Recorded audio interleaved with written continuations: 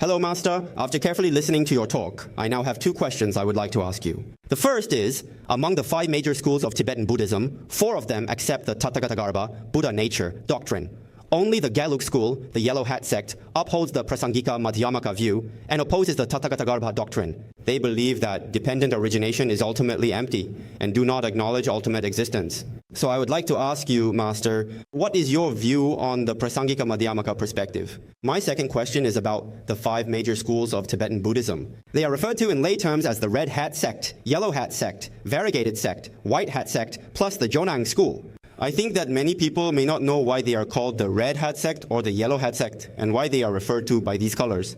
I would like to ask the Master to explain this to everyone. Thank you. Regarding the first question, from the perspective of the Prāsaṅgika-Madhyamaka school, what is essentially their attitude toward the Tathāgatagarbha doctrine? Actually, this is precisely how I personally understand it, at least from my study.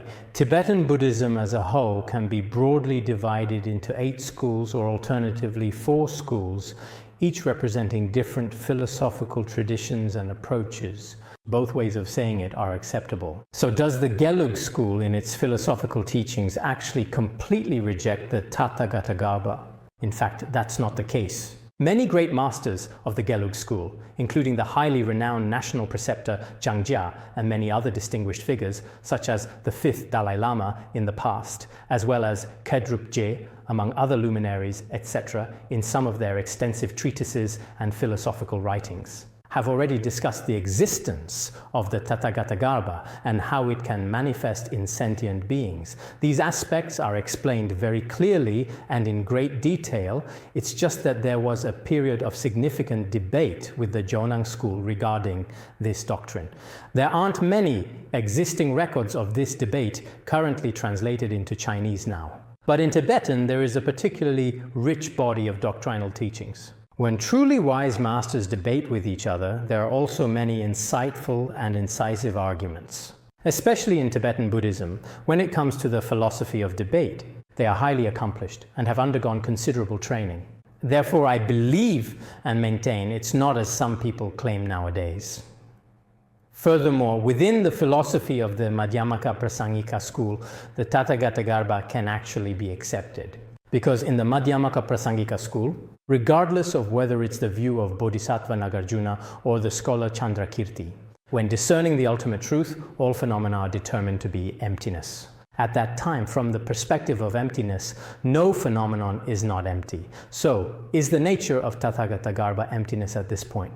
Of course it is. As mentioned earlier, the Lankavatara Sutra already states this. The nature of Tathāgatagarbha is unborn, undying, without characteristics or aspiration. It is already encompassed by the 3 gates of liberation. At this point, it can completely be called emptiness. But in the face of the wisdom of the Madhyamaka Prāsaṅgika school, if you haven't realized it, does that mean you don't acknowledge it? That's not the case either. If that were actually true, then indeed all of the Yidam practices in Vajrayana Buddhism would be denied by the Gelug school, but that's impossible. So in this regard, perhaps we need to further understand it in the future, as there are some differing views on this matter. In Tibetan area, we sometimes hear about the so-called Red Hat sect, Black Hat sect, and Variegated sect. However, such classifications do not actually exist within Tibetan Buddhism. In Tibetan Buddhism, some of the schools are named according to the specific time of their establishment. For example, the Nyingma and Gelug schools, which are also known as the New and Old schools, are named according to the time. Some are named after places, like the Sakya school. Sakya means gray earth, or alternatively, white earth. And the school is directly named after this particular reference. The Kadam school, on the other hand, is established based on the teachings, the profound meaning of Shakyamuni Buddha's sacred teachings and instructions. Among some individual devotees and scholars in the Han region, Tibetan Buddhism has been turned into a dazzlingly complex world that seems overwhelming. Sometimes it is white, sometimes it is red, and sometimes it is black. In our Red Hat sect, everyone wears distinctive red robes. In the Yellow Hat sect, it's yellow robes. In the Variegated sect, it's colorful flowery robes. If that's the case, then many young women in the city would be considered part of the Variegated sect. Just kidding. I'm a doctoral student in the philosophy department at Xiamen University, and my research focus is Buddhist philosophy. I'd like to ask Khenpo about the view of emptiness in Buddhism.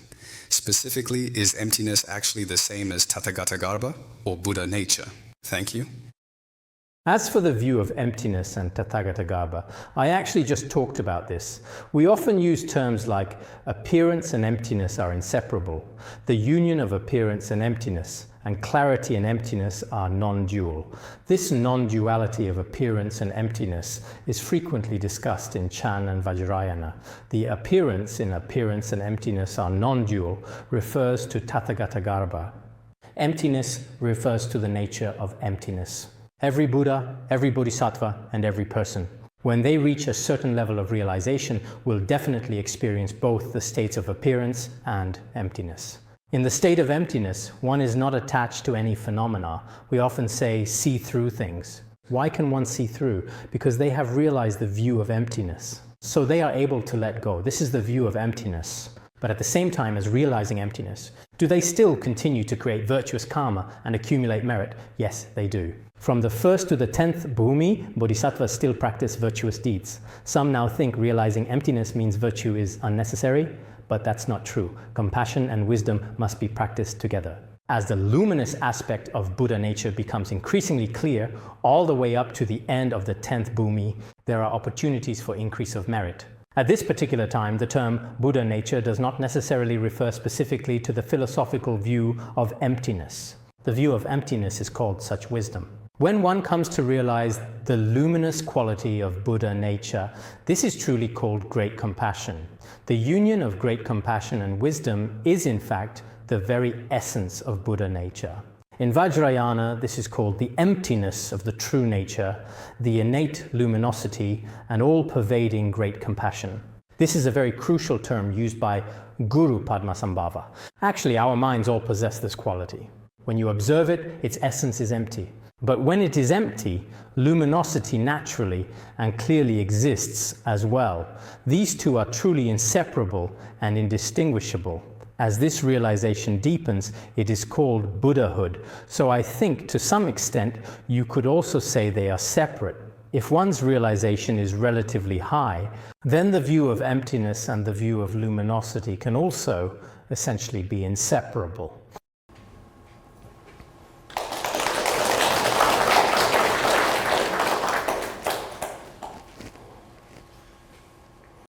Khenpo, hello. I am currently a master's student at the law school. I have heard some things, perhaps through hearsay or from what others have mentioned to me.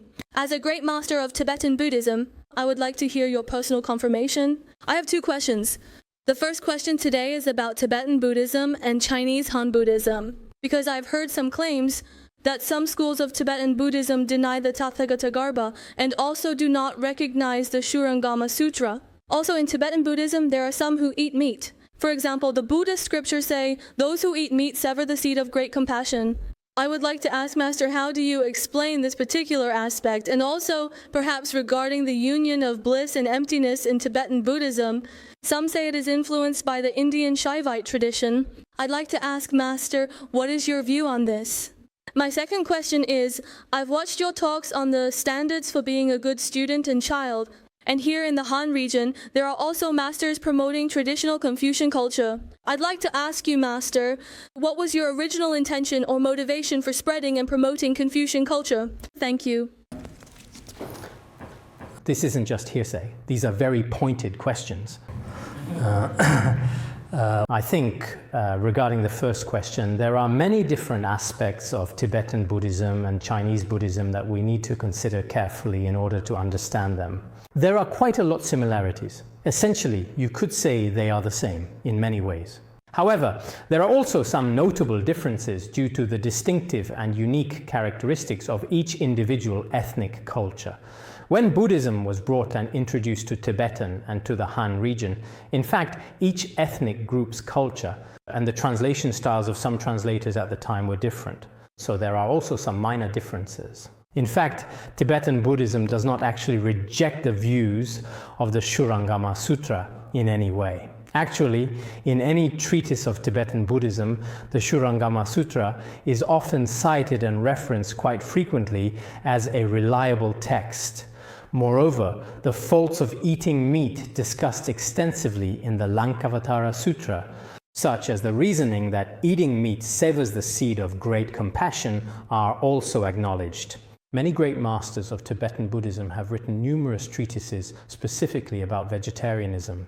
Furthermore, Tibetan Buddhism also acknowledges that if one practices Mahayana Buddhism, one should abstain from eating meat. And the doctrinal teachings found in the Nirvana Sutra and many other scriptures are also included in the Tibetan Buddhist canon. So why is it that many great masters in Tibetan throughout history have not been able to practice vegetarianism as thoroughly as in Han Chinese regions? There are various historical reasons for this in the past. I have also discussed this reasoning in other treatises and have shared some of my own views on the matter. Nowadays, in many Tibetan Buddhist monasteries and among many great masters across different regions, vegetarianism is basically being practiced more widely than before. We also especially admire and rejoice wholeheartedly in the spirit of vegetarianism in Chinese Han Buddhism and its long-standing tradition. As for the union of bliss and emptiness in Tibetan Buddhism, in fact, this is regarded as the highest and most esteemed method of practice in the Vajrayana tradition, specifically within the teachings of the Kalachakra Tantra. However, in reality, this kind of practice is not directly undertaken by ordinary people or in monasteries. Even up to the present day, it has not been directly practiced. It's just that there is a highest ideal of practice. But this highest ideal also cannot represent all of Tibetan Buddhism. In fact, this view of the union of bliss and emptiness did not originate from the Indian Shaivite tradition. Its theoretical foundation can also be found in the exoteric Buddhist scriptures, including in the Lotus Sutra and the Avatamsaka Sutra, as well as in the recorded teachings of certain renowned great masters in Han region. It can also encompass our own greed, anger, and ignorance. The idea that afflictions are bodhi was actually said by the Sixth Patriarch of Chan Buddhism. Our greed is bodhi, anger is in fact bodhi, and ignorance is actually bodhi in the same way. This is precisely the view of the union of bliss and emptiness. If this view had been imported from the Indian Shaivite tradition, then all Buddhist scriptures, including many Mahayana sutras, at their highest level, when you realize the true nature of greed, when you realize the true nature of anger, they will transform into bodhi. Not to mention in Vajrayana, even in the exoteric schools, this is entirely tenable. So I think that in the past, a few individual Dharma teachers, whom I won't name here, a very small number of people because they have a relatively large influence in society, they believe that such principles exist in Indian religions. And Tibetan Buddhism maybe come from this particular aspect. They express these viewpoints in certain articles. Later on, this had a somewhat negative influence in schools and also within academic circles. In fact, they themselves do not have any real or genuine understanding of what the actual teachings of Tibetan Buddhism truly are. They have no real understanding of the views of exoteric Buddhism either. Nor do they truly understand the philosophical views of Vajrayana in depth, because for various reasons, they grew up in different cultural environments that shaped them. If you use this kind of perspective to explain the deeper meaning of another sect, we always feel that we often can't help but secretly laugh at some of their views. There's nothing we can do about it, because many of them are simply not the principles taught in Buddhism at all. So I especially hope that many scholars here will try to understand things objectively in the future. I'm not here to say how great Tibetan Buddhism is. It would be best if you could go to the monasteries in Tibetan area to see what they specifically study and what kind of precepts they diligently observe and follow, to better understand the perspectives on Buddhist scriptures that they study and how the teachings in Vajrayana are similar to those in Sutrayana. I have now spent nearly 20 years deeply studying both Chinese Han Buddhism and Tibetan Buddhism, dedicating myself to researching the teachings of these two different ethnic traditions. In the process of this in-depth study, I have not found a single point of contradiction between them. If there were any contradictions, I couldn't just stick to my own views or insist this is how we do things. That's not the case. I would never do that. At the very least, I would know to stand from a fair and impartial standpoint. So, regarding these issues, I think in the future scholars in all fields should really open their eyes and be discerning, and take another look at some of these viewpoints. As for the second question you just asked, I promote the standards for being a good student and child because I am truly interested and engaged in Confucian thought and culture. I've studied other works such as The Doctrine of the Mean, The Great Learning, the Three-Character Classic, and Confucius's Analects. Over the past few years, I've been reading and reviewing these texts continuously. In fact, I've even translated a few of them into other languages.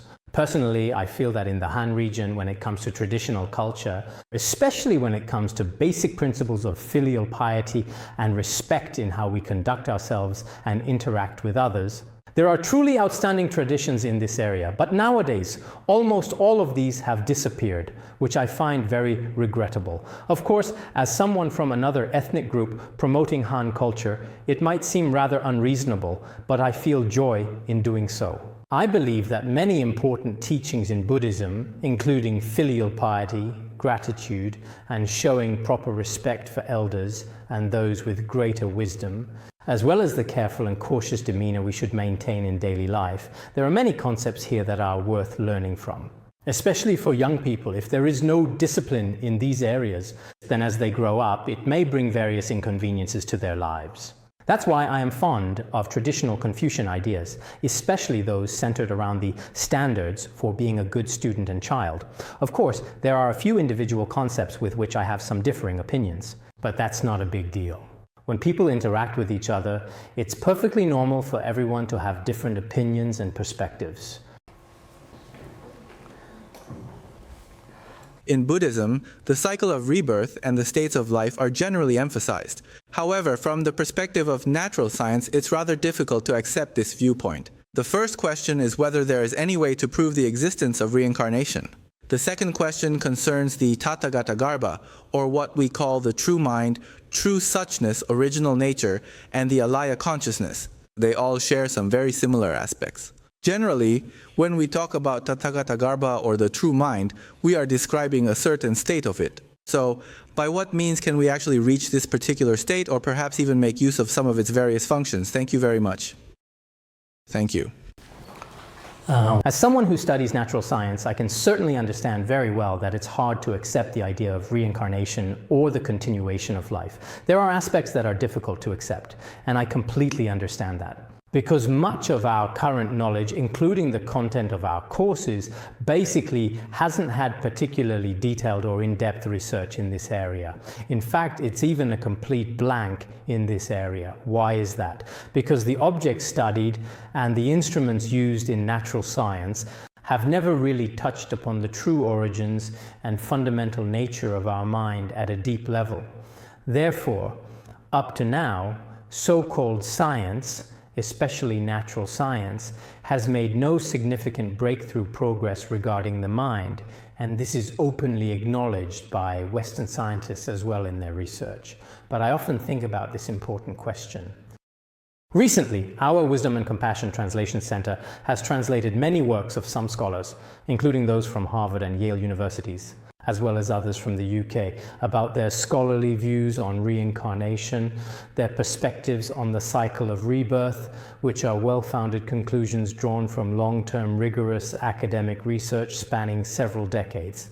In this regard, it should be said that the evidence is rather compelling. It is important to note that so-called scientific professionals do not actually deny the existence of reincarnation. For example, people like Einstein, as well as Newton and Lu Xun, are often mentioned in this context. In many of their biographies and statements, you can see this idea reflected, as their views and thoughts on the subject are sometimes discussed or referenced. Reincarnation absolutely exists. So, as people engaged in scientific work, if we selectively accept some of Newton's theories but not others, then we may actually need to use a very powerful theory to refute the reasoning behind the existence of the continuation of life and its logical basis, to overturn it with compelling arguments.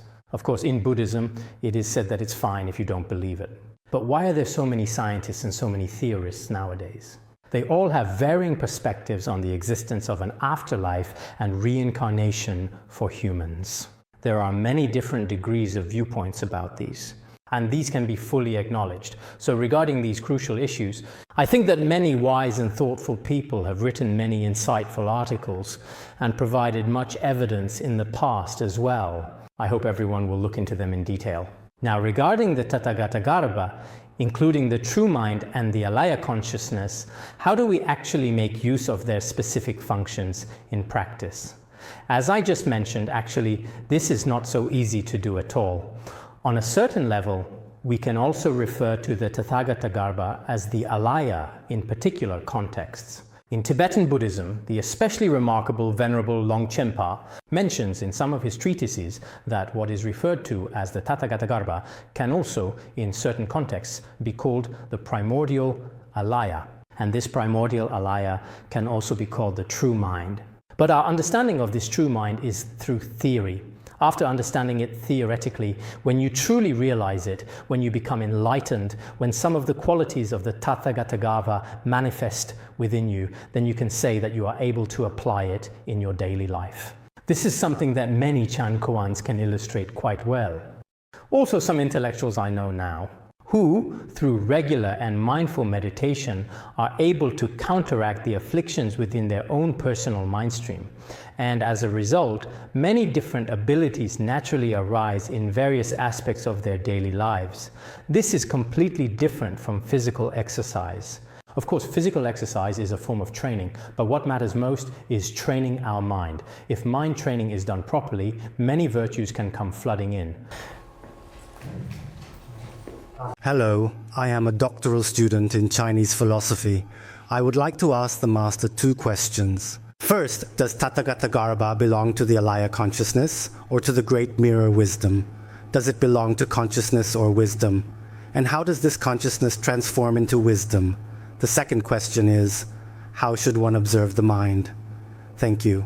Actually, in the past, there was a great and highly respected master of the Jonang school who wrote a commentary on the Tathāgatagarbha Sutra.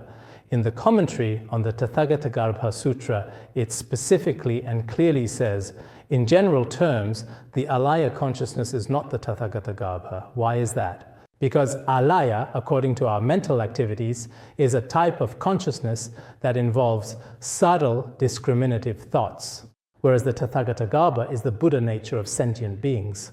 It is entirely free from any conceptual elaborations and attachments, so it absolutely cannot be equated with the 6 distinct types of consciousness. It's like the Tathāgatagarbha is the true essence of the vast ocean, while the alaya consciousness is the profound depths of the ocean, and our discriminating consciousness is just like the ever-changing waves on the surface. In fact, the waves on the surface are also the essence of the Tathāgatagarbha. The unmoving layer beneath, in other words, is, in reality, also the Tathāgatagarbha. However, the Tathāgatagarbha is all-pervasive. It cannot be said that the Tathāgatagarbha is just this one thing. It should be said that it pervades all aspects of mind, but it cannot be defined as a single entity. This is the difference between the Tathāgatagarbha and the alaya consciousness, and also between mind and wisdom.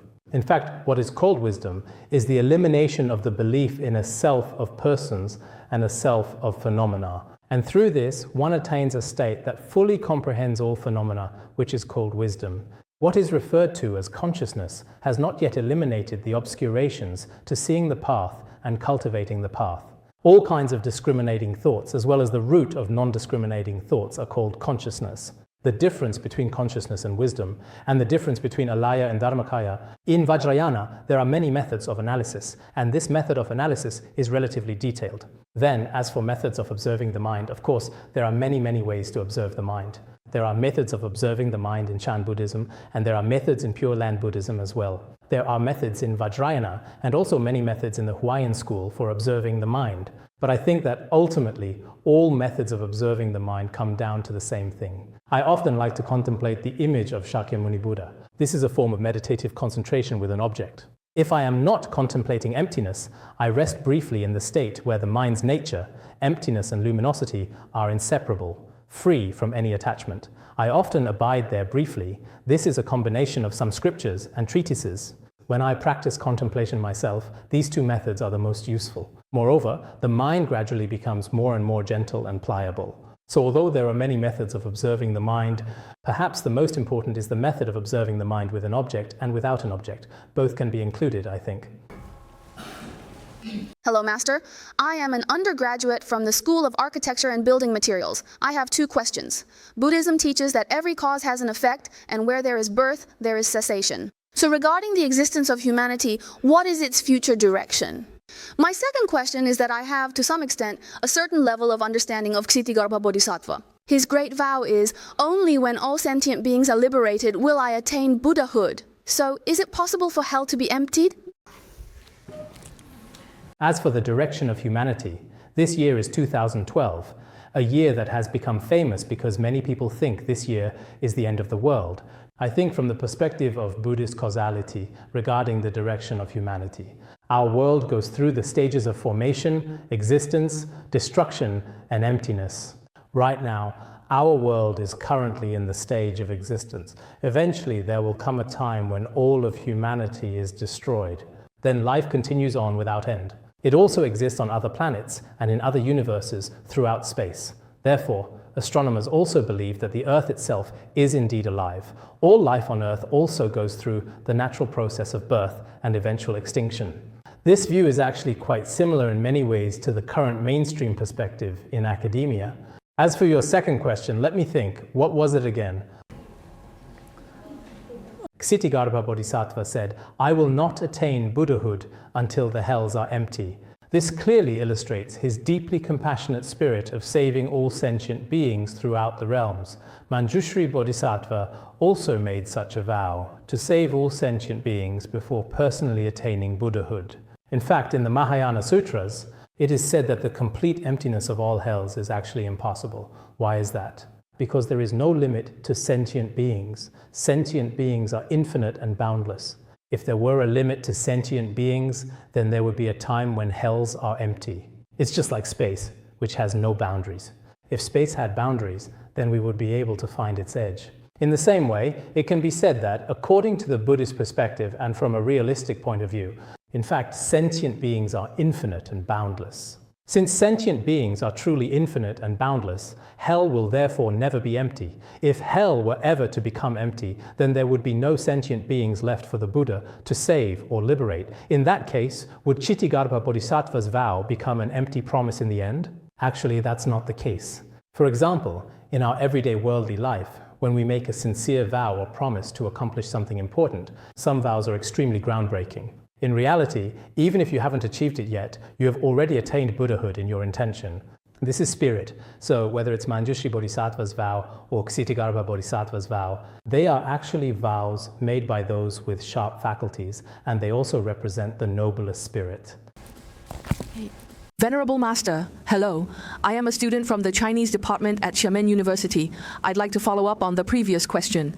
You mentioned there are various ways to observe the mind, and that you appreciate meditating on Shakyamuni Buddha.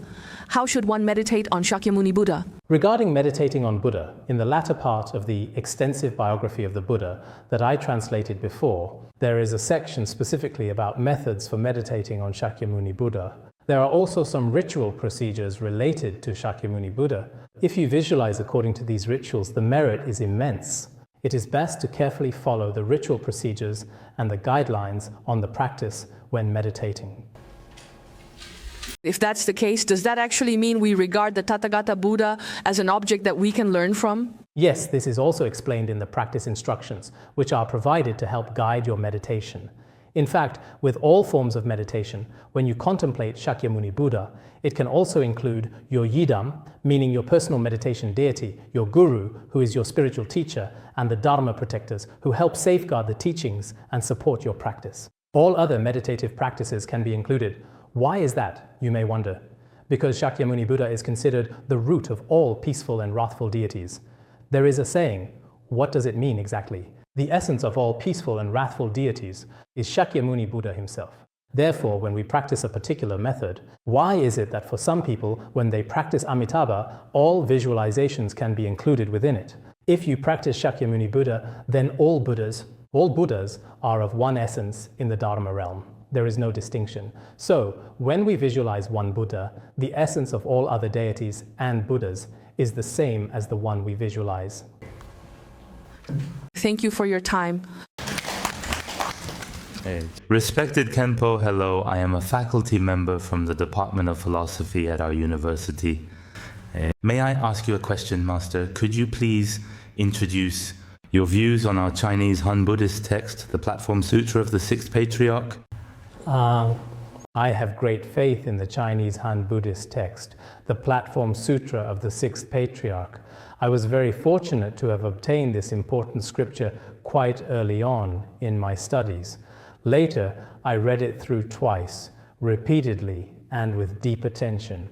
A long time ago, about 8 years ago, I made a heartfelt vow that I would one day give a comprehensive teaching on it. This year, I made another vow, saying that I absolutely must teach it this year. However, sometimes, whether a person's vow can truly be fulfilled depends on a variety of different conditions and circumstances. Generally speaking, in the history of Buddhism, works that were composed by great masters are referred to as treatises, not sutras. However, the Platform Sutra of the Sixth Patriarch is called Sutra. It was actually a treatise. Later, people came to revere it as a sacred scripture, just like the other canonical texts, and called it the Platform Sutra. Later, when I compared many Tibetan teachings and the thoughts of Vajrayana Buddhism in Tibetan Buddhism, I discovered that within it there are many profound teachings, including some especially profound and meaningful terms that originate from the meditative traditions of Mahamudra and Dzogchen. So, as words expressed by an enlightened being who realized truth, they should, for us later generations, be extremely worthwhile and valuable for us to study and contemplate very seriously. Among them, there are 1 or 2 fundamental chapters that we must study carefully as essential foundational texts. I myself do indeed have a certain faith in the Platform Sutra of the Sixth Patriarch. Respected Khenpo, hello. I am a graduate student from the philosophy department at Xiamen University. I was just thinking, and I have another question. It's about the Tathāgatagarbha philosophy. The Jonang school's view of Madhyamaka, specifically the Shentong Madhyamaka, other-emptiness perspective, is discussed quite extensively. However, the Shentong view of Madhyamaka is a difficult concept. In Buddhism, it's not just about explaining realization, but also about attainment. I've read many materials about the Shentong view, but I still don't understand it. I learned online that you have practiced the Kalachakra Tantra and have achieved great accomplishment in it. So I think you must have your own understanding of the Shentong view of Madhyamaka. I'd just like to kindly ask you if you could please share it with us. How should we understand the Shentong view of Madhyamaka? Perhaps this would help us better understand the Tathāgatagarbha philosophy. Thank you, Master. Regarding the Shentong view of Madhyamaka, I would like to suggest, for your careful and thoughtful consideration, that the omniscient Mipham Rinpoche wrote a text called The Lion's Roar of Other-Emptiness. The Lion's Roar of Other-Emptiness should also be available online. In The Lion's Roar of Other-Emptiness, it carefully examines and discusses the various misunderstandings many people currently have about the Shentong view of Madhyamaka. First, it dispels these misunderstandings, and then establishes that the Shentong philosophy of Madhyamaka is actually the ultimate meaning of the exoteric scriptures. It is also the meaning of the tantric scriptures, including the Kalachakra and the Guhya Samaja. As for myself personally, I truly cannot claim to have any realization or accomplishment in Kalachakra.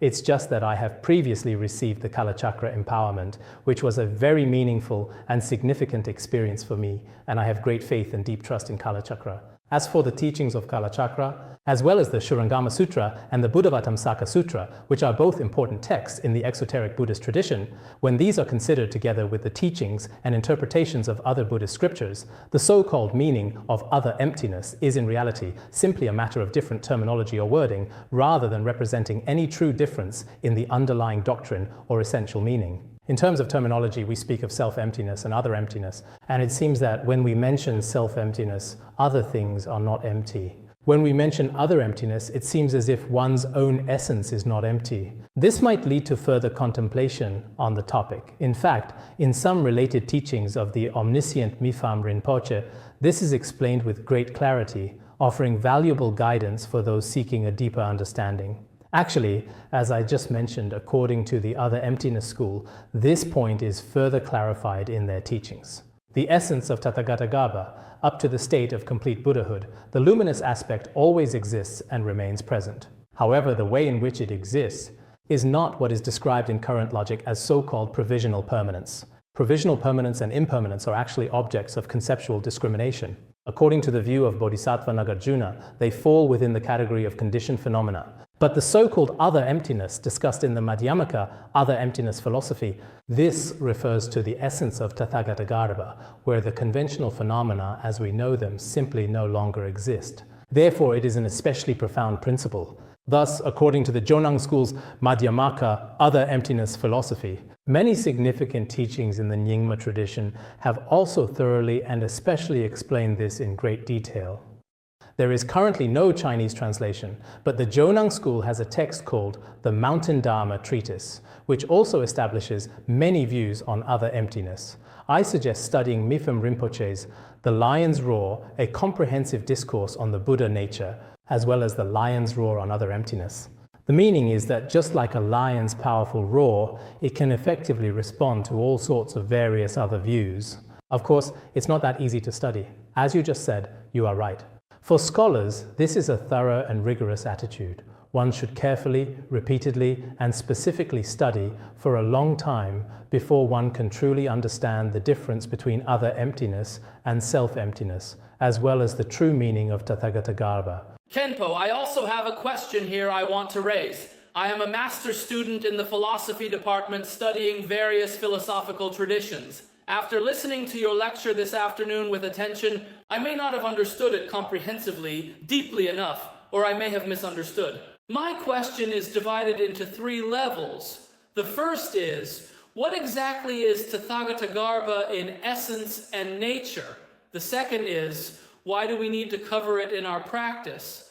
The third is, if we ourselves are covering it, is it desire or is it perhaps affliction or something else? Why do we need to cover it?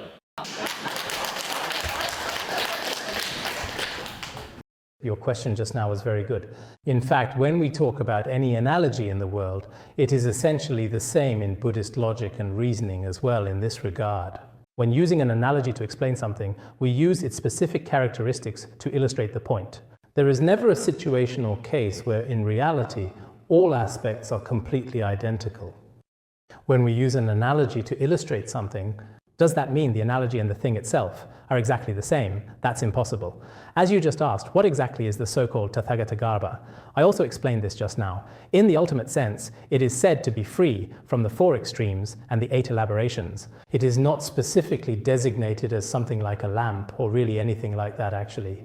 Within the mind stream of sentient beings in the conventional world, when we cannot see it right now, it is simply because it is covered by all kinds of afflictions. It's not that we ourselves are the ones covering it. It is already thoroughly covered by various defilements and attachments.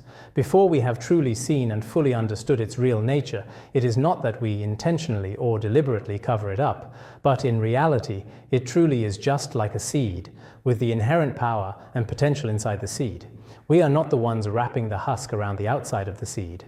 However, before the right conditions have matured, it is a fundamental natural law that its outer shell simply cannot be removed no matter what. So, as I mentioned earlier, why is the concept of Tathāgatagarbha so profound? It has ultimate and conventional aspects, ultimate and conventional truths. There is ultimate truth and conventional truth, with emptiness as the main focus, and also ultimate and conventional truth with luminosity as the main focus. There are 2 ways to categorize them. When the ultimate and conventional truths are primarily based on emptiness, then Tathāgatagarbha should also be emptiness. Tathāgatagarbha is also emptiness in the ultimate sense. When the ultimate and conventional truths are primarily based on luminosity, then Tathāgatagarbha is the ultimate truth, and it should exist. The way it exists is free from the 4 extremes and the 8 elaborations, which is completely different from the views of non-Buddhists. You make it sound really simple, as if we're just wrapping up this Tathāgatagarbha, but no one wants to wrap up the Tathāgatagarbha. It would be better to just let it blossom and bear fruit directly. But that's not actually the case. In order to help sentient beings understand, Maitreya Bodhisattva and the sutras provide 9 analogies. The omniscient Venerable Longchenpa explained these in Finding Comfort and Ease in the Nature of Mind. These 9 analogies are just different levels of explanation. In fact, for us later practitioners, for some sentient beings, these are explained in different ways and on different levels. That's why I just mentioned the reasons for the different correspondences from beginners up to the bodhisattvas of the 10th Bhumi. This is also why those differences exist. But because we haven't attained the fruition of a Shravaka Arhat, and we haven't yet attained the full fruition of a first Bhumi Bodhisattva, so the way some of his analogies are presented to us might indeed seem rather mysterious. Now, there's actually another question, because as we mentioned earlier just now, we talked about a certain state in Buddhism. So when he spoke like that just now, I thought of how a great awakened one manifests realization to the world. Here, just now, everyone also asked about the issue of the alaya consciousness. I'd like to ask, is the Tathāgatagarbha truly unmoving? Or does it actually move? Is the Tathāgatagarbha truly unmoving, or does it move? What about alaya consciousness? Because just now the Venerable also mentioned that the alaya consciousness and the Tathāgatagarbha are not the same. I didn't quite understand that analogy you used. The Tathāgatagarbha is like a great vast ocean, right? So what exactly is the alaya consciousness in that analogy? The alaya consciousness is the bottom layer of the ocean. The strata, the seabed, is that right? Yes, the bottom layer of the ocean. It remains completely unmoved and still. While the waves on the surface of the sea are always in motion, rising and falling, the bottom layer stays calm and undisturbed, unaffected by the constant movement above. Oh, it's the bottom layer. If it's the bottom layer, does that mean it should be the base of the 6 consciousnesses and manas? Then if we look at it as the base, what's the difference between it and Tathāgatagarbha? The eyes, ears, nose, and tongue have the essence of alaya consciousness and Tathāgatagarbha. Tathāgatagarbha is like water. The eyes, ears, nose, and tongue are its colored facets. Thank you very much. Is the alaya consciousness actually moving, or is it unmoving? It should be moving, right? Is the Tathāgatagarbha moving or unmoving? Would you say the ocean is moving or not? Is the bottom of the ocean and the surface of the ocean moving or not? The ocean can actually be considered as both moving and unmoving. So I say that Tathāgatagarbha can also be considered both moving and unmoving. Thank you very much for your time. Once again, we truly thank Khenpo Sodargye.